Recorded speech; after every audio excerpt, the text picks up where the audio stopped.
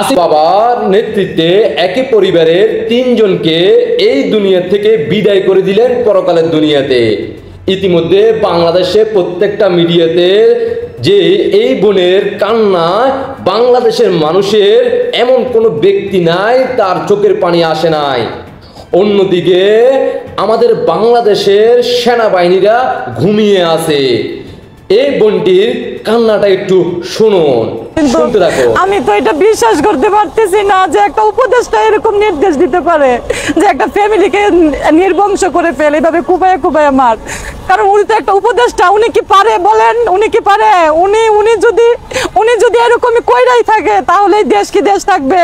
আমি যে উপদেষ্টার নামটা যে আমার মুখটা নিছি এর জন্য পর্যন্ত আমাকে ফোন দিয়ে হুমকি দিছে, এই তুই উপদেষ্টার নাম কেন নেস? তোকে যদি পায় 10 কোটি টাকা লাগলো তোকে মারা ফেলবে। শুনলেন তো, ঘটনাটি ঘটছে কুমিল্লা মুরাদনগরে। আসিফের বাবার নেতৃত্বে একই পরিবারে তিনজনকে এই দুনিয়ার মায়া ত্যাগ করে পরকালের দুনিয়াতে পাঠিয়ে দিয়েছেন।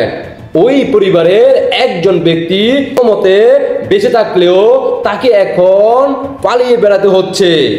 সে যদি মুখ খোলে তাকেও এই দুনিয়া থেকে বিদায় করে দিবে, প্রয়োজনে কয়েক কোটি টাকা খরচ করবে, এমন ধরনের হুমকি দিয়ে যাচ্ছে।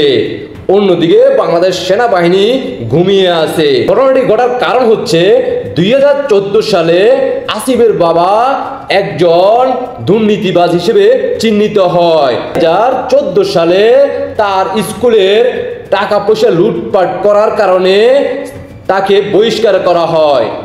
আর দীর্ঘ কয়েক বছর অপেক্ষা পর 2024 সালে 5 আগস্ট যখন ঘটে, পরবর্তীতে আসিফ যখন দায়িত্ব পায় আর ওই সুযোগটাই ব্যবহার করে পরবর্তীতে প্রতিশোধের আগুনে ওই শিক্ষিকাকে তাকে হুমকি দামকি থেকে শুরু করে তাকে দ্রুত পদত্যাগ করার জন্য চাপ সৃষ্টি করে আসিফের বাবার নেতৃত্বে টোকাই পোলাবাইন দিয়ে।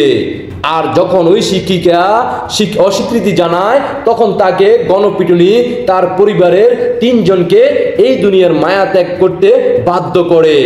পরবর্তীতে কোনো মতে একজন বেঁচে থাকলেও তাকে এখন আর প্রকাশ্যে দেখা যাচ্ছে না, পালিয়ে বেড়াতে হচ্ছে তাকেও মেরে ফেলার জন্য কয়েক কোটি টাকা ব্যয় করতে ইতিমধ্যে আসিফের বাবা তাকে বলে যাচ্ছে অনবরত ফোন করে। এই জন্যে সারা বাংলাদেশে যখন প্রত্যেকটা মিডিয়াতে এই বিষয়ে প্রচার হতেছে আর বাংলার জনগণ দেশে প্রবাসে যারা দেখতেছে তারা চোখের পানি ধরে রাখতে পারতেছে না। অন্যদিকে বাংলাদেশের সেনাবাহিনীরা ঘুমিয়ে আছে।